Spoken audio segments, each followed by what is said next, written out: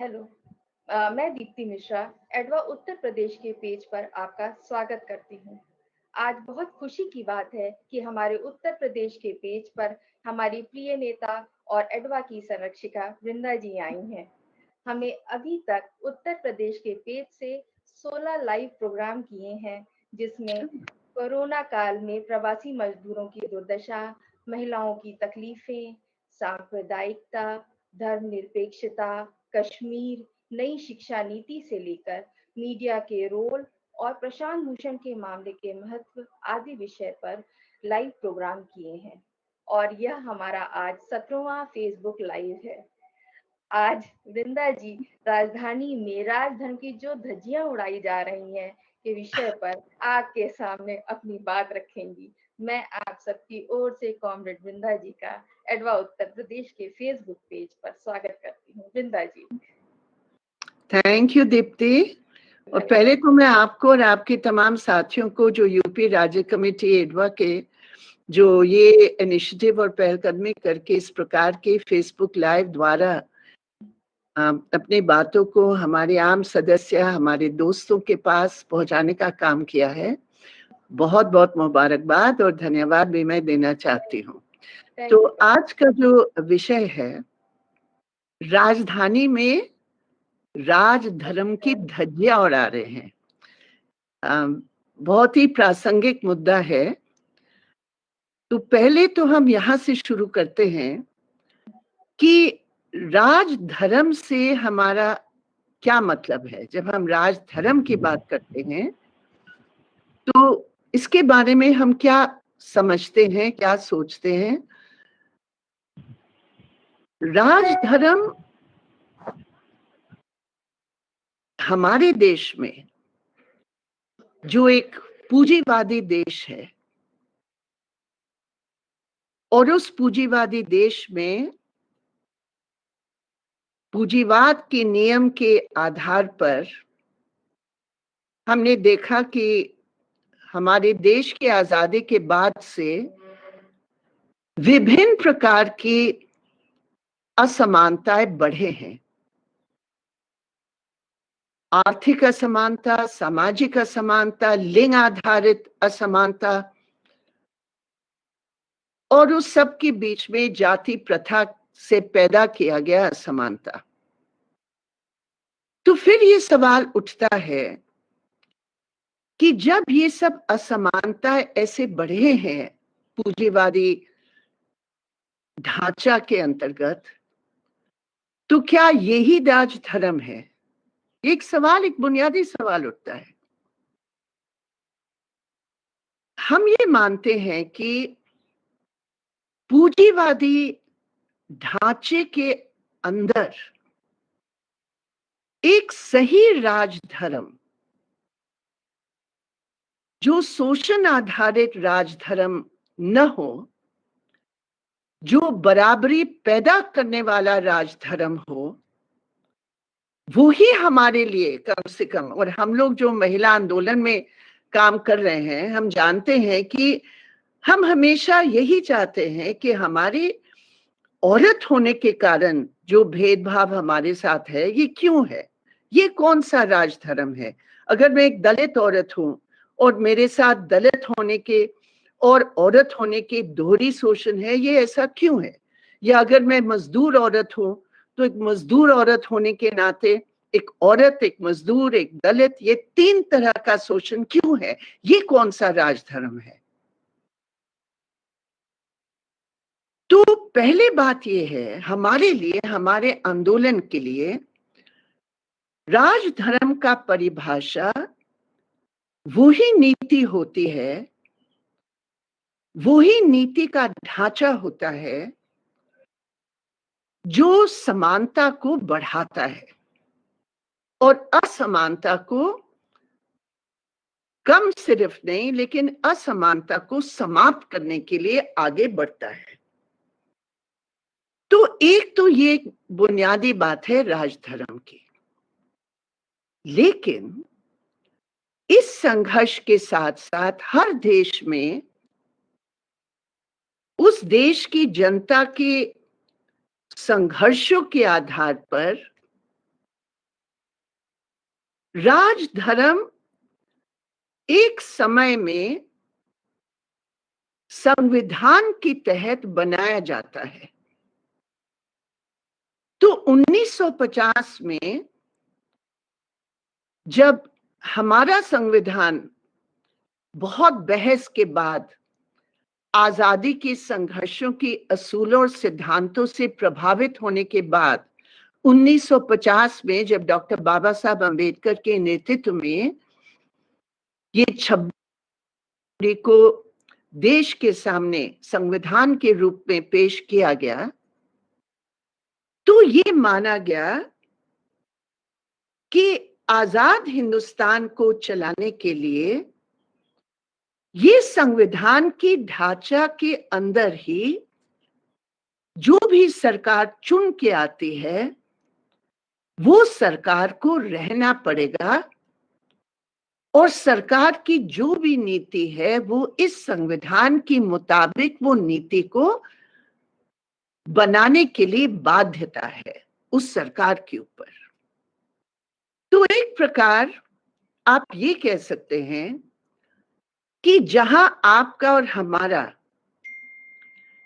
ये एक संघर्ष है कि हमारे जो राजधर्म हम समझते हैं कि एक समाजवादी देश की राजधर्म हम कैसे हिंदुस्तान में प्राप्त कर सकते हैं, जहां ये एक लक्ष्य है हमारे लिए, उस लक्ष्य को पाने के लिए हमारे देश के अंदर जो हमारे संघर्षों के आधार पर जो कानून का गठन हुआ और बुनियादी रूप पे जो संविधान का गठन हुआ, उस संविधान के खंबे के अंदर हमारे जो अधिकार हम पाए हैं उसको हम कैसे बढ़ाएं, उसको हम कैसे मजबूत करें, उसको हम कैसे मजबूत करने के लिए संघर्ष के आधार पर संशोधित करें, लेकिन राजधर्म के रूप में हमारे देश की संविधान है। हम लोग जो महिला आंदोलन के साथ जुड़े हैं, हमारे रोजमर्रे के काम में, हमारे मांगों में ये बात बिल्कुल स्पष्ट हमारे हर दिन के अनुभव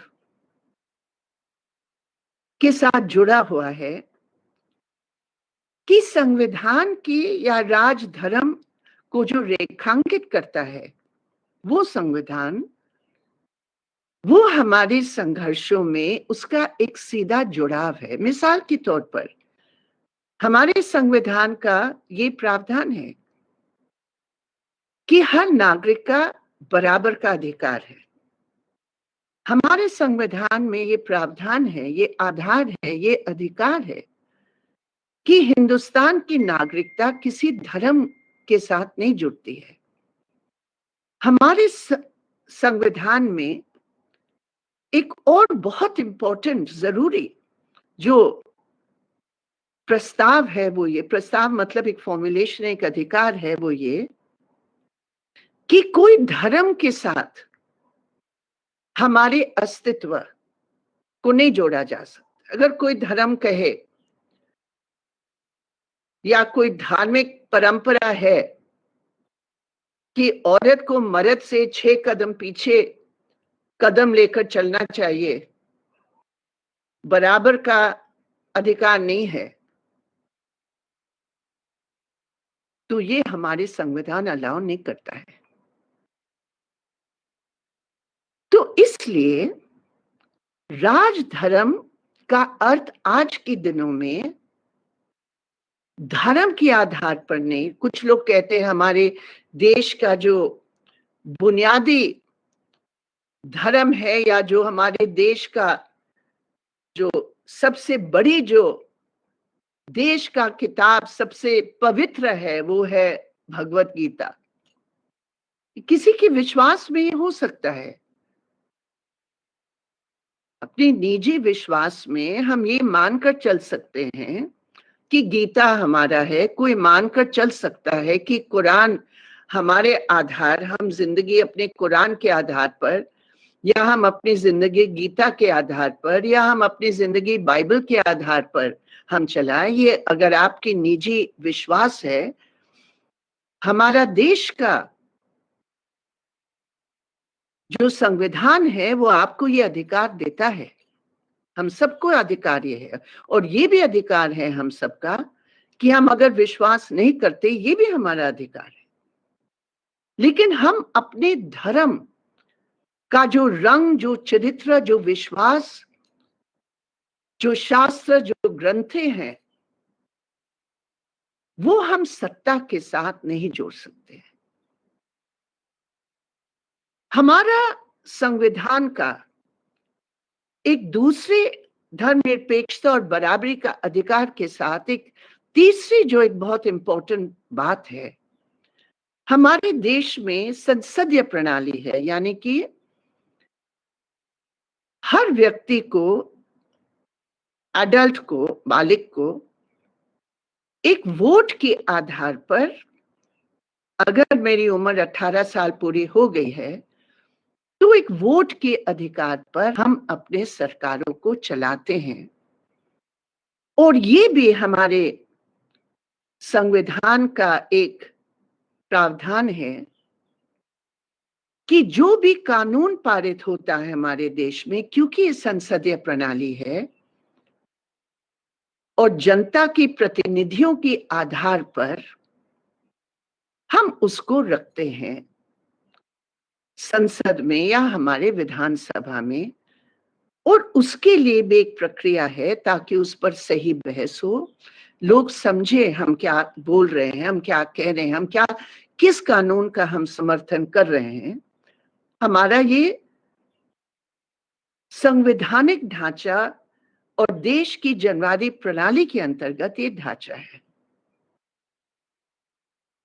एक महिला होने के नाते और महिला आंदोलन से जुड़े हुए हमारा क्या अनुभव है कि जो भी कमजोरियां हो सकते हैं हमारे संविधान में, जैसे काम का अधिकार नहीं है, जैसे खाद्य का अधिकार, फूड सिक्योरिटी का अधिकार संवैधानिक नहीं है, वो कानून के आधार पर आज है, कल न भी हो। ऐसे कई चीजें हो सकते हैं जो हम समझते हैं ये कानून, ये संविधान नहीं देता हमें बुनियादी अधिकार जो देना चाहिए, और इसके लिए हमारा संघर्ष है। और यही संविधान के अंतर्गत असमानता इतना बड़ा है। हमारा कहना है कि क्यों ये संविधान इतनी असमानता क्यों अलाउ करती है, क्या इसमें कमजोरियां हैं, ये भी हमारा अधिकार है, मजबूत करना चाहते हैं।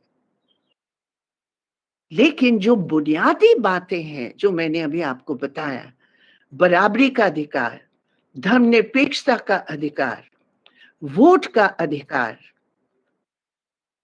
ये तमाम जो प्रणालियां हैं, इसी को हम कहते हैं राजधर्म। तो आज ये सवाल क्यों उठ रहा है?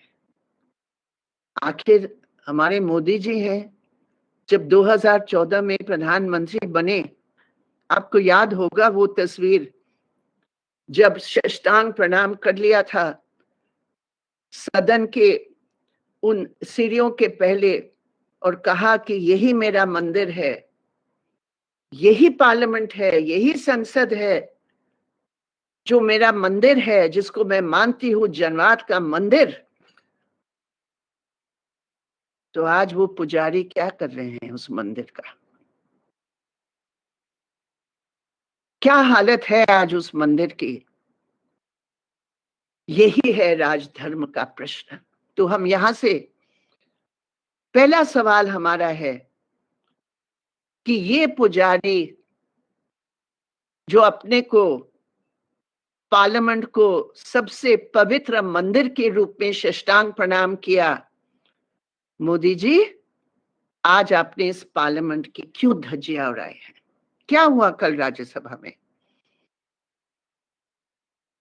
हमने देखा राज्यसभा में बहुत सारे बार ऐसे हुआ है कि लोगों ने बिल को फाड़ा है। नहीं, हमारे महिला आरक्षण बिल के समय क्या हुआ आपको याद होगा, मैं तो वहां बैठी थी उस समय राज्यसभा में।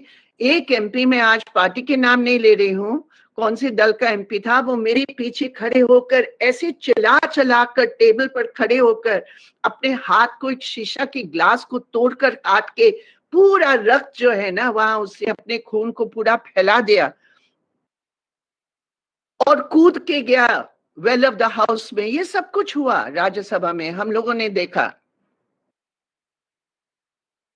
लेकिन कल जो हुआ, उस राज्यसभा में जो 3 अध्यादेश कानून के रूप में बदलने की जो कानूनी और संवैधानिक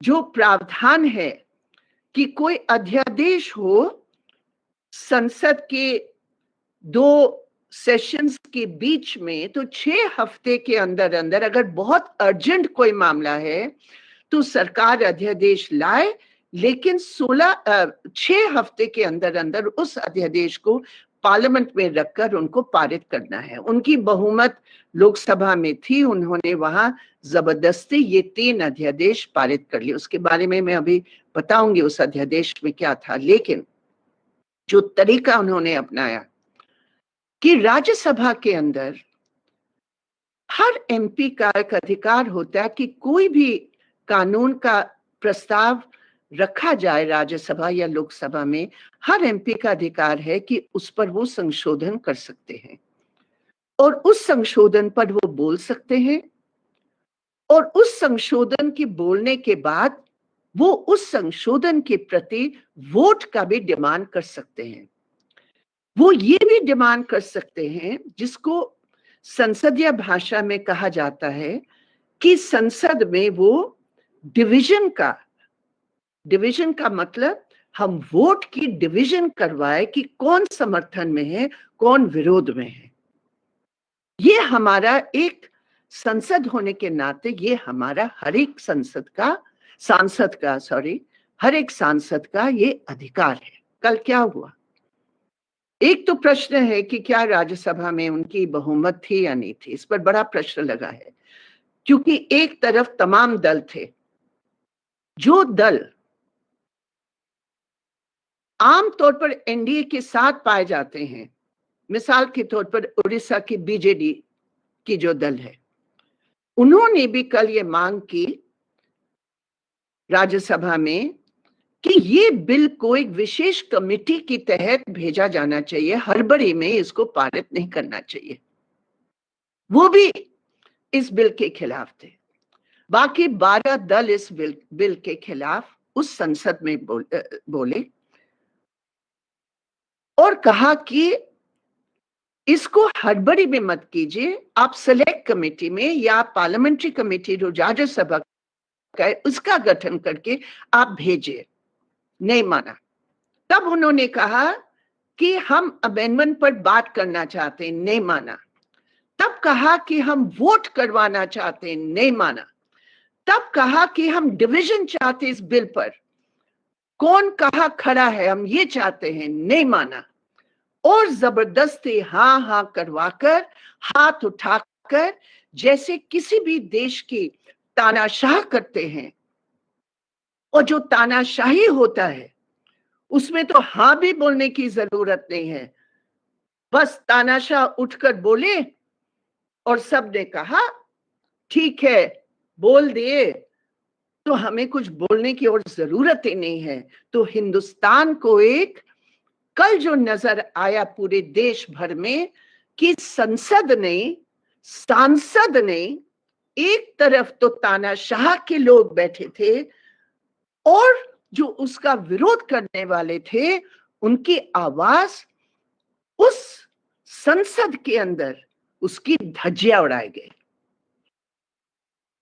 तो जनवादी प्रणाली का, संसदीय प्रणाली का कल राज्यसभा में धज्जियां उड़ाई गई। और किसके पक्ष में, ये भी समझने की जरूरत है कि क्या था ये अध्यादेश क्या थे और क्यों।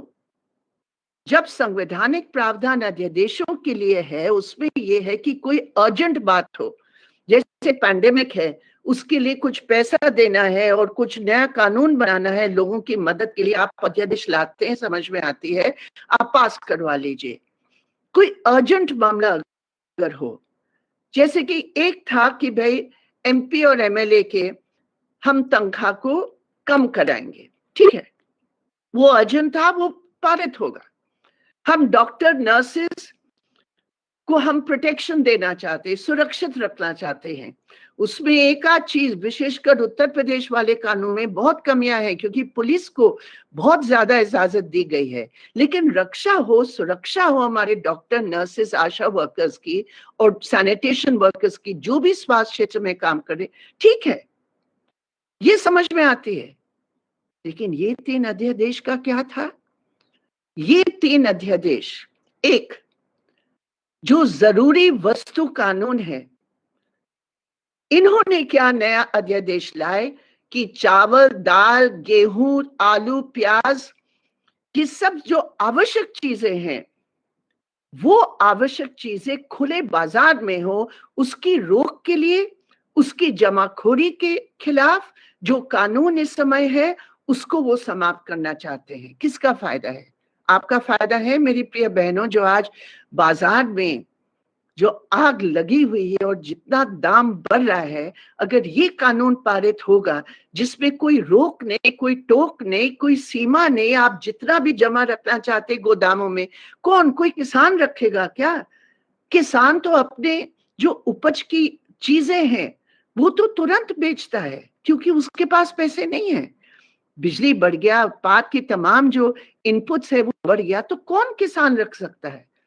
और हमारे देश के अधिकतर किसान तो गरीब या मध्यम किसान हैं, तो वो क्या कर सकते हैं? तो कौन इसका फायदा उठाएगा? जो बड़े बड़े कंपनियां हैं, जो एग्री बिजनेस है, जो ये तमाम चीजों को लेकर दूसरे प्रोडक्ट बनाते हैं, उनका फायदा होगा, क्योंकि वो किसानों से खरीद कर जितना भी वो खरीदना चाहते हैं, जितना भी आलू प्याज जो भी है वो जमा करना चाहते हैं, उनके पास, उनकी जेब बहुत बड़े हैं, इसलिए वो जितने मर्जी जितने महीने हो सकता है, जब तक वो खराब नहीं होता, जमाखोरी करके दाम बढ़ा सकता है, उसमें मुनाफा कमा सकता है। इसी के लिए अध्यादेश लाया गया।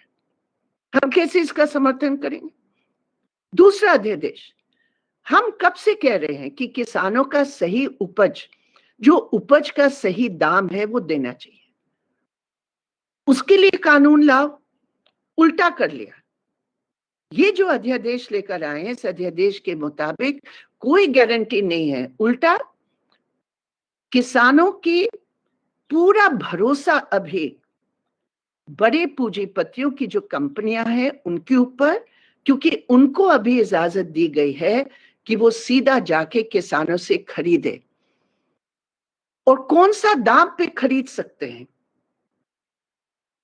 जब सरकार बाजार में नहीं है, जब सरकार का गारंटी नहीं है एमएसपी का, जब सरकार न्यूनतम दाम का जो एक स्तर है उसको नीचे गिराएगा या कम करेगा, और महंगाई इतनी बढ़ रही है और उसका कोई गारंटी नहीं है, तो बड़े पूंजीपति और बड़े व्यापारी किसान का पूरा फायदा उठाकर उसको लूटेगा। और तीसरा जो अध्यादेश है कॉन्ट्रैक्ट फार्मिंग, आप जानते हैं पंजाब के, अगर हमारे कोई बहनें या भाई सुन रहे हैं वो जानते हैं कि क्या हुआ था एक समय जब पूरा कॉन्ट्रैक्ट फार्मिंग ये चिप्स के लिए किया गया और आलू बनाने का, और बहुत सारे प्रदेशों में ये हुआ, और फिर क्वालिटी कितना है, कैसा क्वालिटी है, उसके लिए पूरे कंपनी का अधिकार है। तो जो किसानों ने आलू बोए थे उसका दाम को कंपनियों ने गिराया, कॉन्ट्रैक्ट फार्मिंग के बारे में कोई अधिकार नहीं था, कोई गारंटी नहीं था, और उनका भारी नुकसान हुआ। तो ये तमाम चीजों के अध्यादेश में क्या अर्जेंसी थी? अर्जेंसी सिर्फ ये थी कि हम बड़े पूंजीपतियों की कृषि क्षेत्र में, बड़े या एग्री बिजनेसेस को कृषि क्षेत्र में कैसे मदद पहुंचाए, उसके लिए जनवादी और संसदीय प्रणाली को ताक पर रखकर, धज्जियां उड़ाकर ये बड़े कंपनियों के लिए उन्होंने काम किया। तो क्या हुआ इसमें? एक, जो संसदीय प्रणाली उसकी धज्जियां उड़ गए। 2, जो किसानों की अधिकार है, जो किसानों की मांग है, जो किसानों की चिंता है, उसकी धज्जियां उड़ा दिए। आज पूरे पंजाब, हरियाणा, पश्चिमी यूपी, देश भर में अभी किसान आगे आ रहे हैं संघर्षों में, स्वतःस्फूर्त भी आ रहे हैं, संगठनात्मक रूप पे आ रहे हैं। हमारी किसान सभा ने, हमारी महिला समिति ने, आपने भी, हमारी एडवा ने एसेंशियल कमोडिटीज एक्ट के खिलाफ पूरा अखिल भारतीय आपने आह्वान देकर आप भी उसका विरोध किए, क्योंकि हम लोग सब उसमें प्रभावित होंगे, किसान के रूप में, ग्राहक के रूप में और इस देश के नागरिक के रूप में। तो वो जनवादी अधिकार कि हमारा भी सुनो, क्योंकि ये सब हमें प्रभावित करेगा, तो वो भी जनवादी अधिकार समाप्त कर लिए और इस पूरे देश के ढांचा की धज्जियां, जो संसदीय जनवादी प्रणाली और नियम है, उसका उन्होंने चौपट कर लिया। और इसलिए राजधानी में जो कल हुआ, ये उस बात को फोकस करती है, रेखांकित करती है कि आज मोदी सरकार के राज में हमारे देश की जो बुनियादी राजधर्म संविधान है, वो खुले रूप में, नंगे रूप में उस पर इतना जबरदस्त हमला है। और इस मंच के द्वारा मैं आप सबसे अपील करूंगी कि 25 तारीख को जो किसानों ने आह्वान किया है, हमें सबको उस संघर्ष में जुड़ना चाहिए, आवाज उठाना चाहिए। याद करो मेरी प्रिय बहनों और भाइयों, ये किसानों का सवाल तो है ही, लेकिन सिर्फ किसानों का नहीं है, हमारे सबका सवाल है। जब किसानों के साथ हो सकता है तो कौन बचेगा? और हमने देखा अध्यादेश राज, उत्तर प्रदेश का, जिस प्रदेश में आप लोग हैं, अगर कल 11 ऑर्डिनेंसेस बगैर बहस की, और एक बात और आप ध्यान रखिए, ये अध्यादेश की जो राज है, जिसका हमने हमेशा विरोध किया आमतौर पे, हाँ बहुत जरूरी है, मैंने पहले ही बताया, वो ठीक है, लेकिन याद रखो साथियों कि ये अध्यादेश का मतलब पार्लियामेंट्री कमिटीज के अंदर जो बहस होकर और लोगों की राय लेने का जो एक प्रक्रिया है, वो समाप्त हो जाता है। उत्तर प्रदेश में अब आप समझ लीजिए, अगस्त महीने में आपकी उत्तर प्रदेश की असेंबली हुई, 3 दिन की बैठक, 27 बिल और 17 बहुत इंपॉर्टेंट अमेंडमेंट्स कानूनों के मिनटों में उन्होंने पास कर लिया। ये क्या है? ये क्या तरीका है? आपने इलाहाबाद हाईकोर्ट ने, और क्योंकि सुप्रीम कोर्ट ने इलाहाबाद हाईकोर्ट का जो वो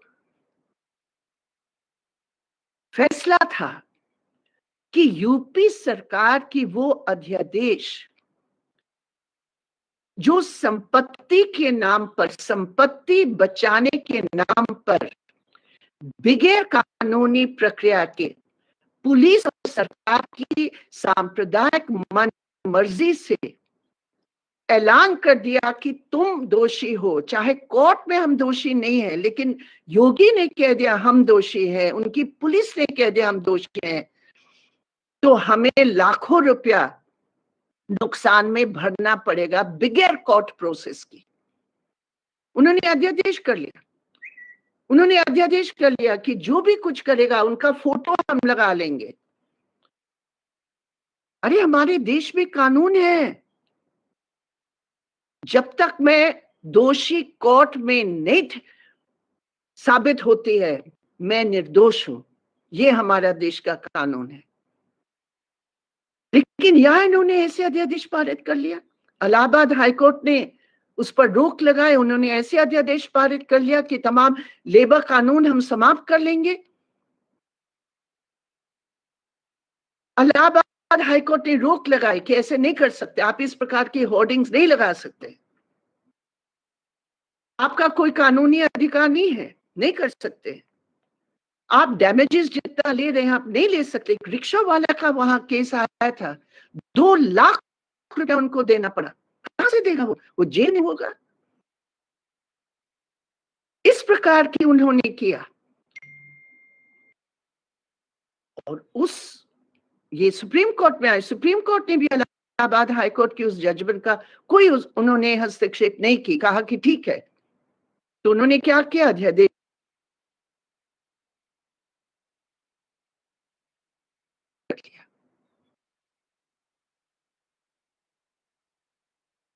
3 दिन के अंदर अंदर। इसका मतलब ये पार्टी, भारतीय जनता पार्टी और आरएसएस, जहां जहां वो है, वो दिल्ली में हो, उत्तर प्रदेश में हो, कर्नाटका में हो, गुजरात में हो, मध्य प्रदेश में, ये तमाम इलाके में, ये तमाम प्रदेशों में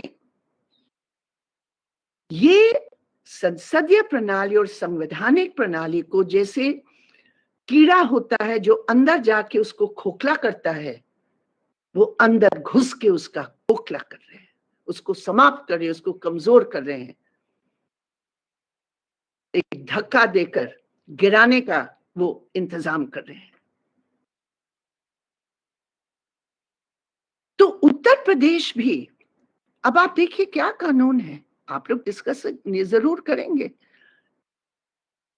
चैलेंज भी होना चाहिए, लेकिन कहाँ हम चैलेंज करेंगे, ये बिल्कुल एक सवाल उठता है। क्योंकि हकीकत ये है कि जहां हमें चैलेंज करने की बात है, अदालतों में हम जाते हैं, लोग कहते हैं कि हिंदुस्तान में सुप्रीम कोर्ट जब पार्लियामेंट न्याय नहीं देती है तो लोग सोचते हैं हम सुप्रीम कोर्ट में जाए। हम लोग भी देखते हैं हमारी पूरी संघर्षों में हम लोग कोर्ट में जाते हैं, हम 498A को इस्तेमाल करके हम कोर्ट में जाते हैं, हम लड़ते हैं, अपने अधिकारों के लिए लड़ते हैं। दहेज के खिलाफ हमारी जो लड़ाइयां रही है, बलात्कार के खिलाफ हमें अदालत में जाना पड़ता है। तो आज सवाल है कि हम कहां जाएंगे न्याय के लिए। क्या सुप्रीम कोर्ट या हाई कोर्ट्स में हम जा सकते हैं? ये हम कह सकते हैं कि आज भी कुछ कोर्ट्स हैं, जो अदालतें हैं, जो डरते नहीं हैं, किसी के दबाव में नहीं है, सिर्फ न्याय के दबाव में है, कानून के दबाव में है।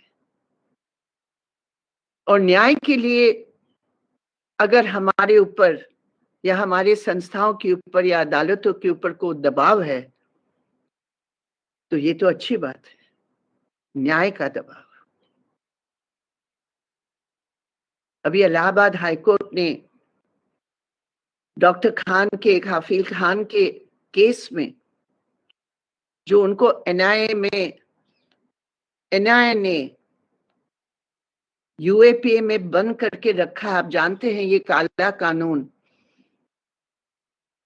कोई सबूत हो या ना हो, अगर सरकार चाहे तुम्हें अंदर बंद कर लेंगे और कहेंगे कि तुम देशद्रोही हो।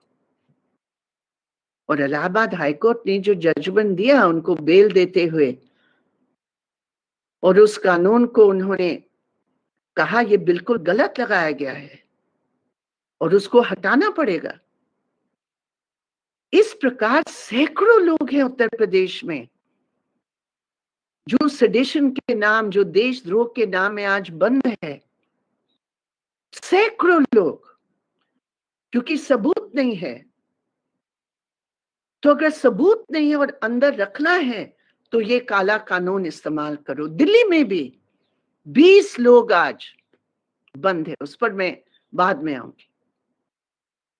तो अदालतों के पास जब हम न्याय के लिए जाते हैं और अगर ये देखने को मिलता है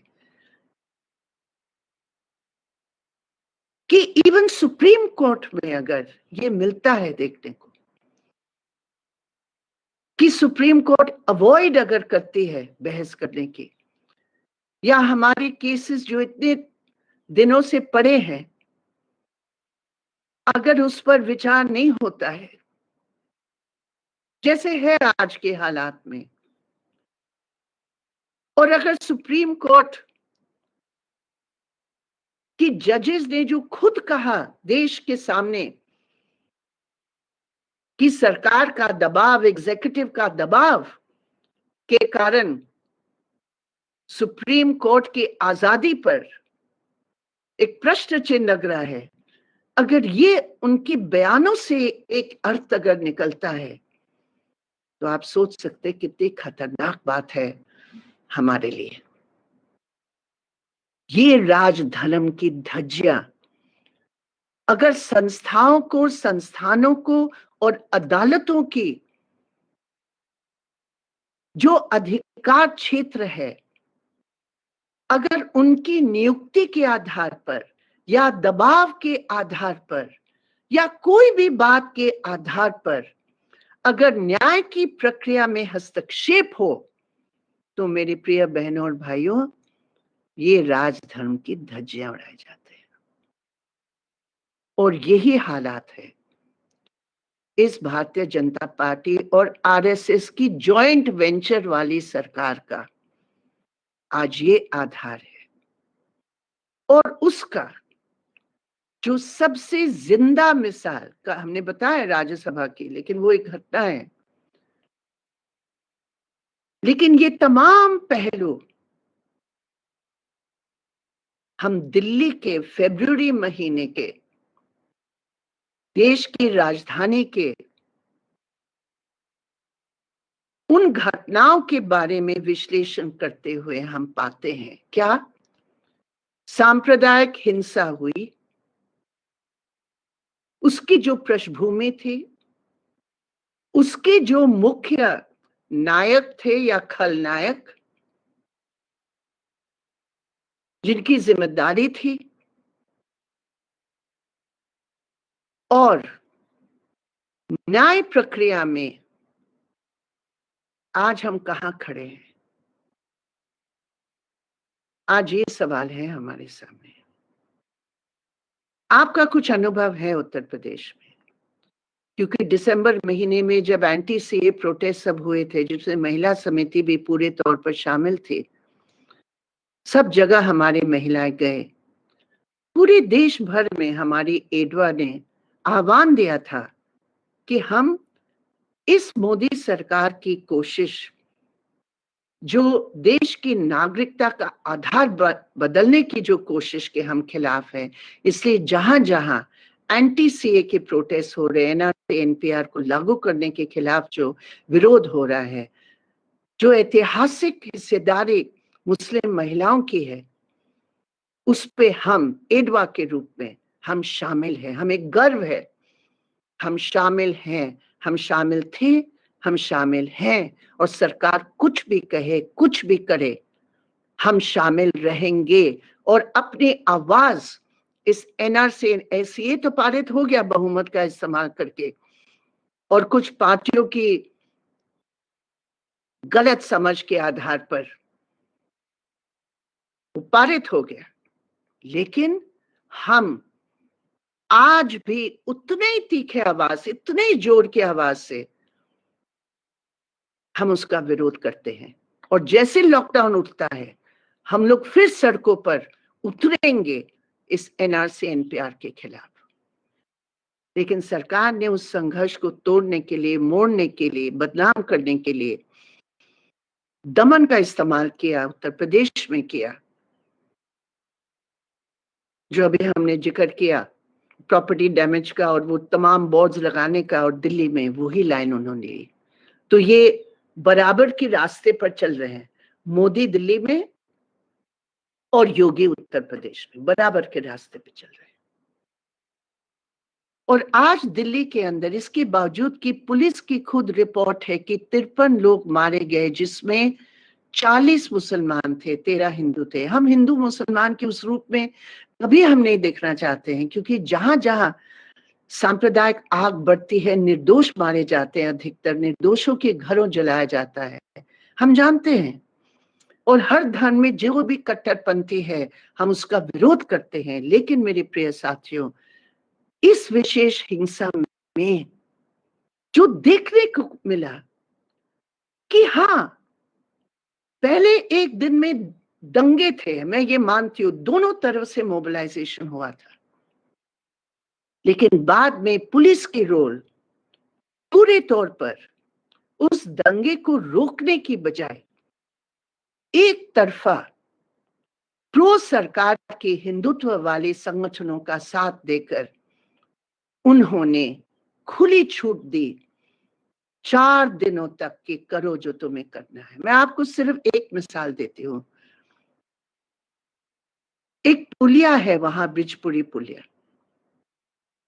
25 तारीख से 26 तारीख रात तक बड़े बड़े वहां मॉब्स थे, और जो भी वहां पार कर रहे थे उनको रोककर, और अगर वो सबूत नहीं दे पा रहे थे कि वो हिंदू है कि मुसलमान है, उनके कपड़े उतार के वो चेक करते थे खुलेआम। एक हमारे भाई जिसका नाम नरोत्तम है, वो वहां से जा रहे थे, उसको भी रोका, धक्का देकर उसका मोटरसाइकिल से गिरा दिया। उसके बाद वो इधर उधर देखा, मोटरसाइकिल मिला नहीं, थाने में गए, और थाने में जाकर उन्होंने रिपोर्टिंग की कि मेरे साथ ऐसे ऐसे हुआ। ये 25 तारीख दोपहर की बात है कि बहुत भीड़ है वहां, गलत नारे लगा रहे हैं वहां, बहुत भारी संख्या में लोग वहां इस प्रकार का काम करे। अब रोकिए मेरे प्रिय बहनों और भाइयों, 25 तारीख से उसी एक जगह में 26 तारीख रात तक 9 लोग, 9 एक एक करके पकड़ के मार कर उनको उस गंदे नाले में फेंक दिया। उस रात को अजीत डोभाल, जो हमारे देश के नेशनल सिक्योरिटी एडवाइजर है सरकार के, मोदी जी के बहुत प्रिय, अमित शाह जी के बहुत प्रिय, उसको भेजा गया। 25 रात को, 24 को भी आए, 25 को भी आए, जब ये सब चल रहा था उसी समय ये हो रहा था, और वापस जाके बोलते हैं कि सब कंट्रोल में है।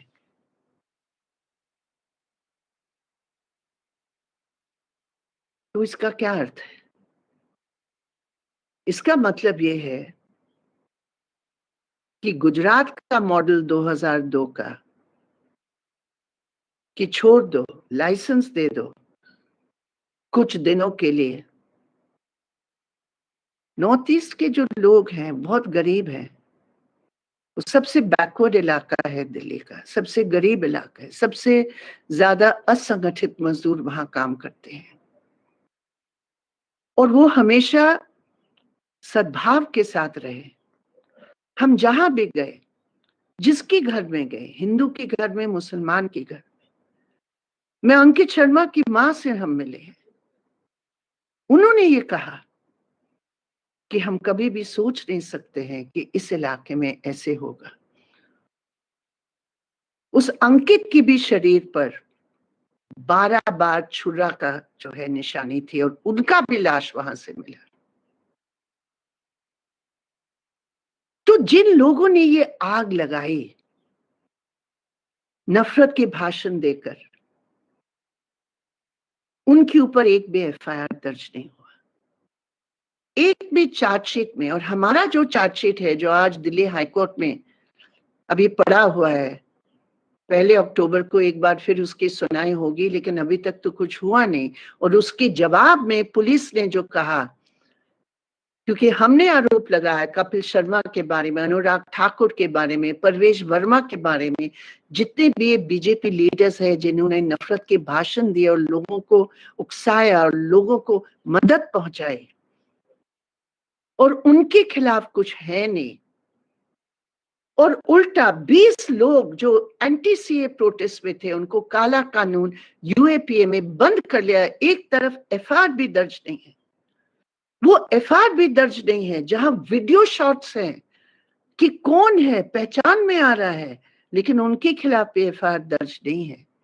जो पुलिस वाले हैं, जिन्होंने 4 लड़कों को जमीन पर गिराकर मार कर जन गण मन हमारा राष्ट्र गीत को जबरदस्ती लाठी से लोग मर रहे वहां, वो बोला तुम गाओ इस गान गीत को, और आज तक उनके खिलाफ कोई एफआईआर नहीं हुआ।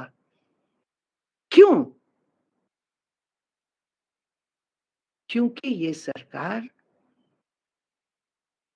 अध्यादेश वाली सरकार, जनवादी प्रणाली पर हमला करने वाली सरकार का एक ही मैसेज है कि एंटी सीए प्रोटेस्टर्स जो माइनॉरिटी कम्युनिटी में देश की संविधान को हाथ में लेकर सड़क पर उतरे, ये बीजेपी आरएसएस को पसंद नहीं।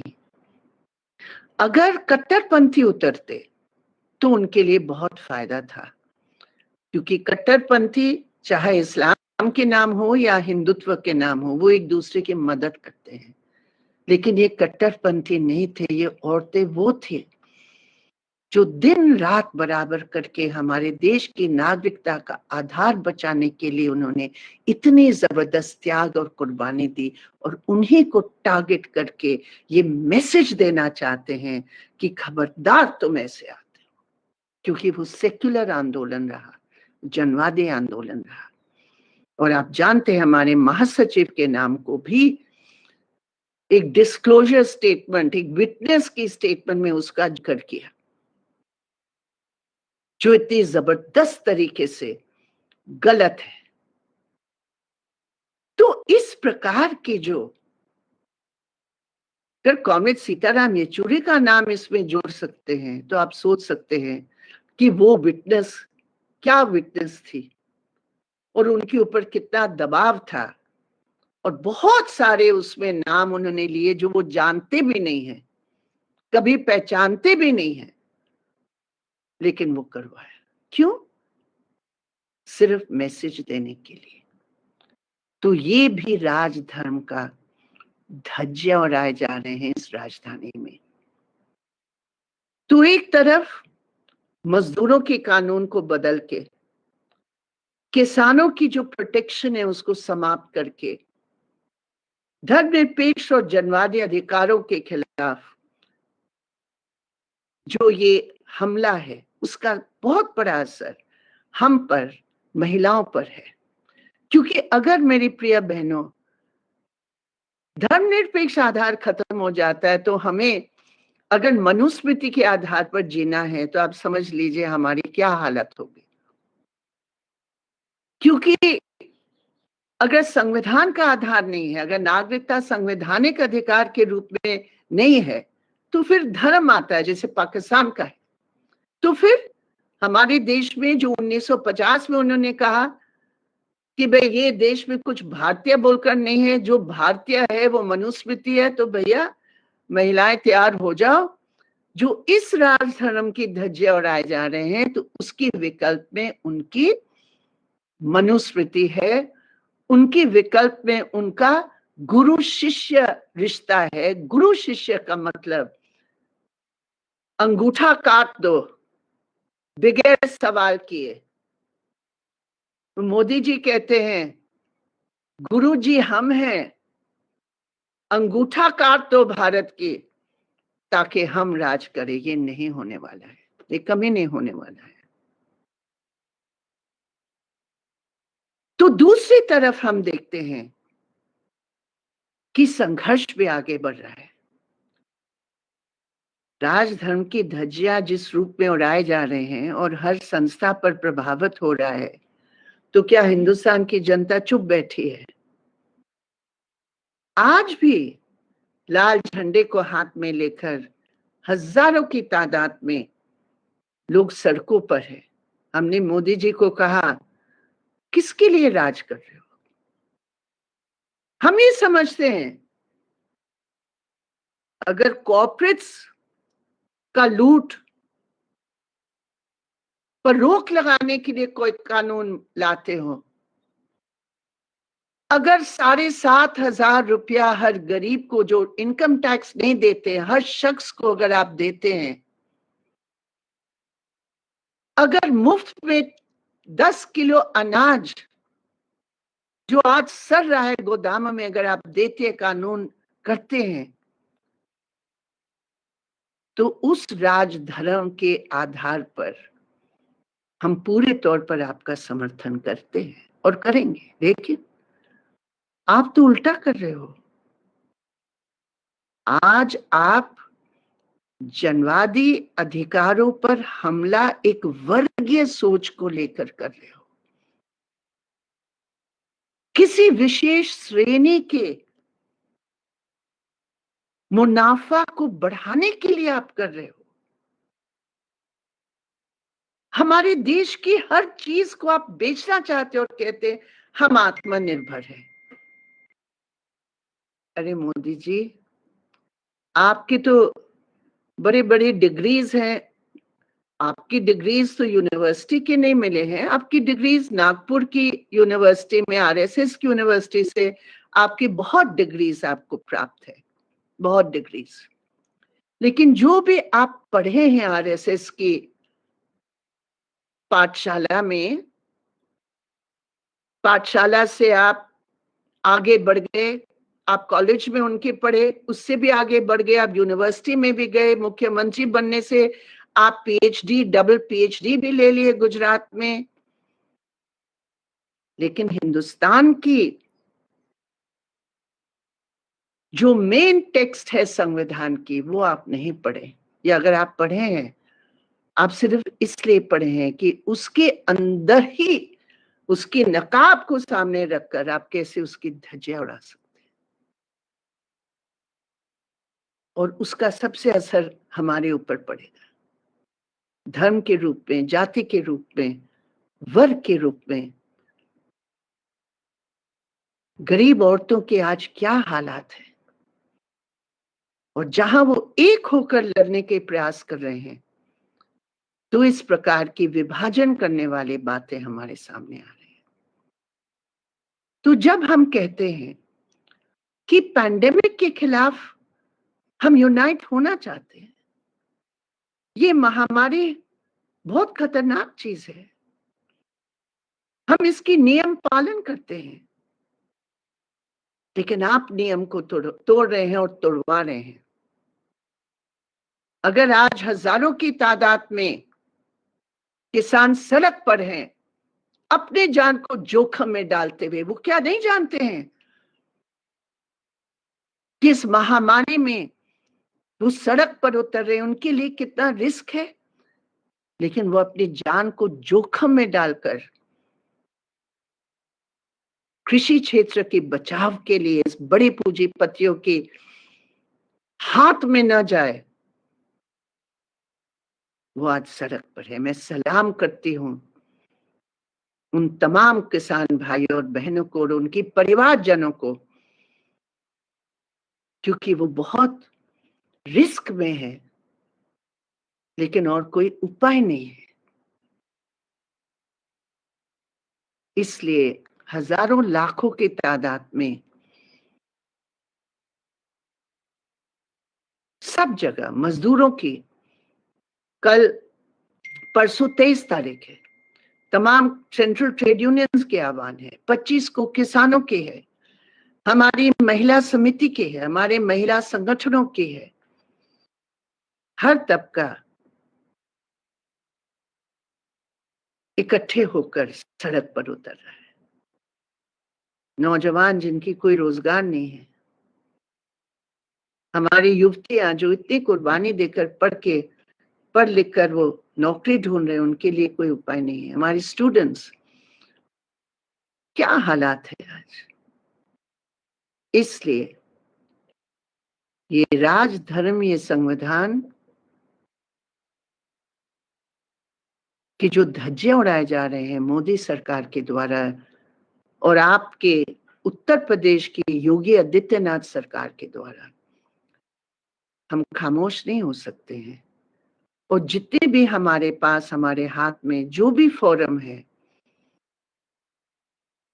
जो भी संघर्ष के आज तरीके हैं, उस सब को इस्तेमाल करके हम आवाज उठाते हैं कि भारत ने एक होकर जब आरएसएस के लोग ब्रिटिश साम्राज्य के सामने घुटने टेक रहे थे, हाथ जोड़ रहे थे, पत्र लिख रहे थे कि माफ करो, हम तो आपके ही सबसे वफादार पुत्र हैं, तब भारत की जनता, भारत के औरत मर्द,